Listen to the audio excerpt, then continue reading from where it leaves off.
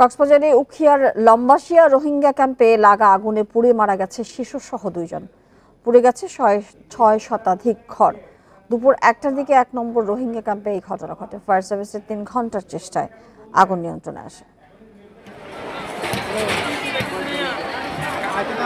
উখিয়া রোহিঙ্গা ক্যাম্পের কুতুপালং লম্বাসিয়া ক্যাম্প।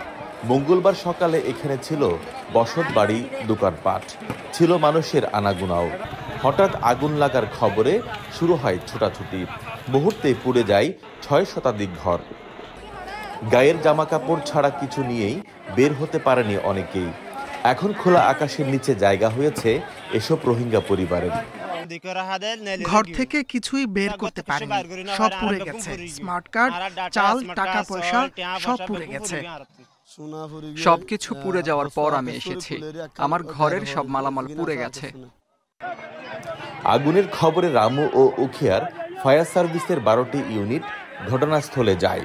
আগুন পুরোপুরি নিয়ন্ত্রণে আসে বিকেল 3টায়। রান্নার চুলা থেকে আগুনের সূত্রপাত বলে ধারণা।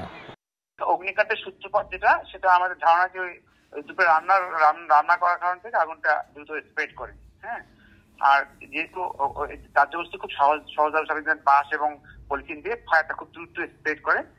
প্রাথমিকভাবে ক্ষতির পরিমাণ 54 লক্ষ টাকা বলে জানিয়েছে ফায়ার সার্ভিস। তৌফিকুল ইসলাম, ইন্ডিপেন্ডেন্ট নিউজ, কক্সবাজার।